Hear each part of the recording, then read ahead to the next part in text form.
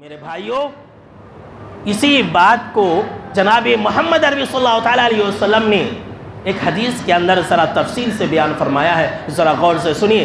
طبرانی کی یہ روایت ہے اور علامہ البانی رحمہ اللہ نے اس حدیث کو صحیح الجامع کے اندر اور صحیح الترغیب کے اندر صحیح کہا ہے۔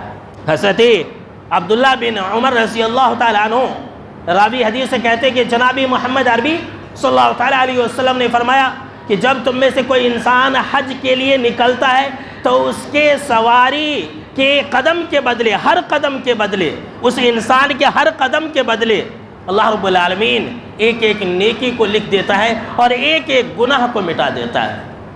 جب یہ حاجی لوگ، جب یہ حج کرنے والے لوگ وہاں پر پہنچتے ہیں، میدان عرفہ کے اندر پہنچتے ہیں، تو اللہ رب العالمین فرشتوں سے کہتا ہے کہ یہ لوگ کیا چاہتے ہیں، ذرا دیکھو ان کے حالتوں کو دیکھو، ان کے بال بکھرے ہوئے ہیں، پریشان حال ہے، ان کے کپڑے گندے ہیں، میلے اور کچیل ہیں، آخر یہ لوگ کیا چاہتے ہیں؟ یہ لوگ میری رحمت کی امیدوار ہیں اور مجھ سے جہنم سے بچنے کی دعائیں کر رہے ہیں۔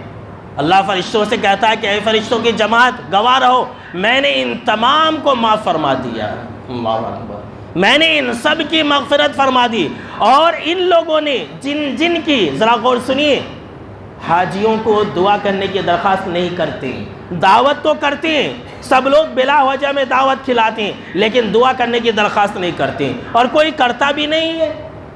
کیا کہا جناب محمد عربی صلی اللہ تعالیٰ علیہ وسلم نے؟ اللہ کہتا ہے کہ میں نے ان کی مغفرت فرما دی، اور ان لوگوں نے جن لوگوں کی مغفرت کی دعا کی ہے میں نے ان سب کو معاف فرما دیا۔ اللہ اکبر۔